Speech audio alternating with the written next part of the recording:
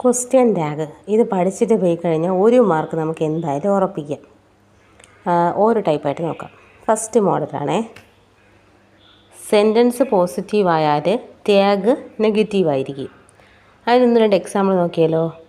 Rekha is staying in the college hostel.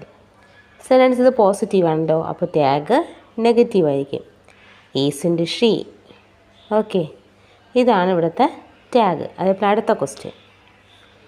The fruits were ripe. Fruits were ripe. Weren't they. ഇത് positive ആയിരുന്നു, fruits were ripe. അതിൻ്റെ tag എന്ന് പറയുമ്പോൾ weren't they. നേരത്തെ പറഞ്ഞത് തിരിച്ചാണ്. മോഡൽ 2. സെൻറ്റൻസ് നെഗറ്റീവ് ആയാൽ ടാഗ് പോസിറ്റീവ് ആയിരിക്കും. സെൻറ്റൻസ് നമുക്ക് നോക്കാം. Varun is not a good boy. Is he ആണ് ഇവിടെ വരുന്നത്. Varun is not a good boy എന്ന് പറഞ്ഞാൽ നെഗറ്റീവാണ് ഈ സെൻറ്റൻസിൽ പറയുന്ന കാര്യം. അപ്പോൾ ടാഗ് എന്തായിരിക്കണം? പോസിറ്റീവ് ആയിരിക്കണം. ഇവിടുത്തെ ആക്സിലറി ആരാ? ഈസ്. Is he. ഇതാണ് അടുത്ത ഉത്തരം. അടുത്തത് നോക്കാം. He doesn't like geography. Doesn't. അപ്പോൾ സെൻറ്റൻസ് നെഗറ്റീവാണ്, അപ്പം ടാഗ് പോസിറ്റീവ് ആവും അല്ലേ. Does he. ഡസ് ഹീ എന്നാവും.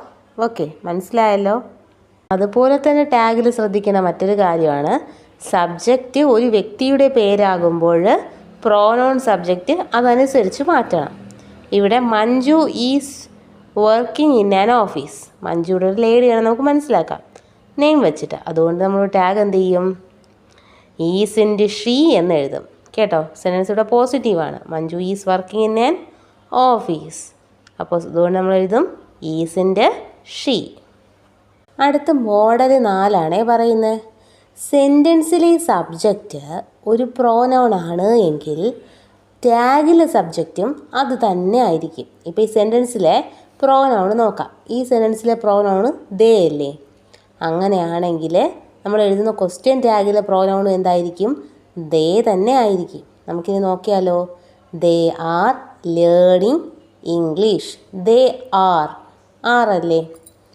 അപ്പോൾ നമുക്കിവിടെ എഴുതാം ആറിൻ്റെ ദേ. ആറിൻ്റെ ദേ. ഇവിടെ സെൻറ്റൻസ് പോസിറ്റീവ് അല്ലേ, അതുകൊണ്ട് ടാഗ് നെഗറ്റീവായി. ആറിൻ്റെ ദേ. അടുത്ത ചോദ്യം നോക്കാം. They are always late. They are always late. അപ്പോൾ നമുക്കിതെങ്ങനെ എഴുതാം? ആറിൻ്റെ ദേ. ആറിൻ്റെ ദേ എന്ന് എഴുതാം.